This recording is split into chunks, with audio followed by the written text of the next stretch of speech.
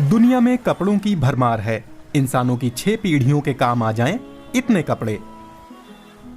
हमें इतने कपड़े क्यों चाहिए? मजे के लिए? ये हास्यास्पद है।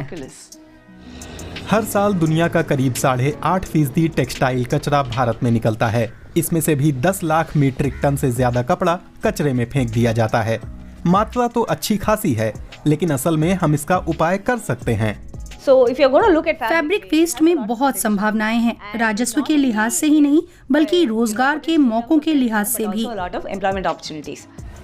टेक्सटाइल कचरे की संभावना का फायदा उठा रही हैं चेन्नई की 2 संस्थाएं, अपसाइक्ली और ओह स्क्रैप। दोनों शहर के फैब्रिक वेस्ट को अपसाइकल करती हैं।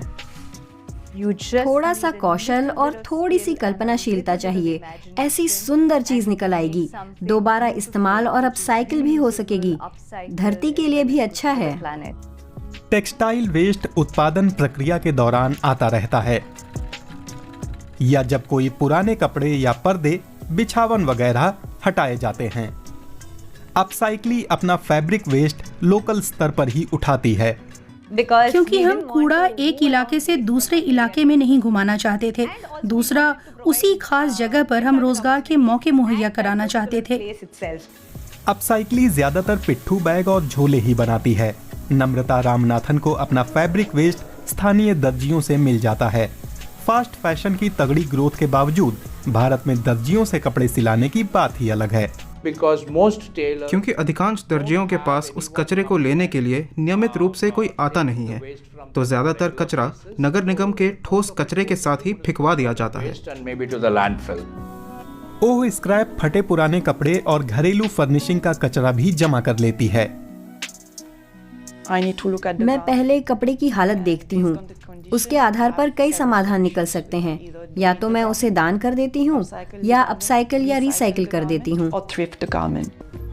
अपसाइक्ली और ओह स्क्रैप दोनों के पास सामान तैयार करने के लिए महिला दर्जी हैं। उनकी भी अच्छी कमाई हो रही है। दोनों संस्थाओं ने 4 साल में 4 टन से ज्यादा फैब्रिक कचरे को नई रंगत दी है।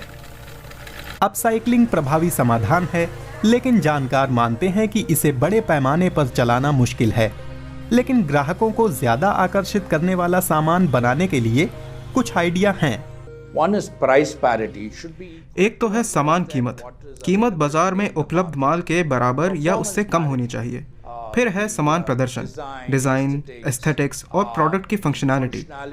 तीसरा है पहुंच में या इस्तेमाल में आसानी और बाकी चीजें।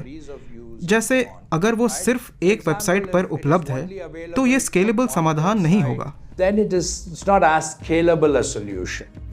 ये 3 मापदंड अपसाइकल्ड प्रोडक्ट मार्केट के लिए एक टिकाऊ आधार मुहैया करा सकते हैं। एक्सटेंडेड प्रोड्यूसर रिस्पॉन्सिबिलिटी गाइडलाइंस के तहत यूरोप के कई फैशन ब्रांडों को अपने उत्पादों की समूची लाइफ साइकिल तक जिम्मेदारी लेनी पड़ती है। इसमें रिसाइकलिंग और डिस्पोजल भी शामिल है। भारत सरकार अब इन दिशा निर्देशों को अपने कपड़ा उद्योग में जल्द लागू करेगी, लेकिन बतौर उपभोक्ता हम भी कुछ कर सकते हैं। हाँ, फैशन उद्योग दुनिया के सबसे बड़े प्रदूषकों में से एक है, लेकिन हम अपने घर से ही शुरुआत कर सकते हैं। अपसाइक्ली और ओह स्क्रैप जैसी मुहिम टेक्सटाइल कचरे को अपसाइकल्ड सामान में बदलने के अहम अवसर देती हैं। ये पर्यावरणीय चिंताएं समझते हुए रोजगार पैदा करके स्थानीय अर्थव्यवस्था को बढ़ावा दे रही हैं।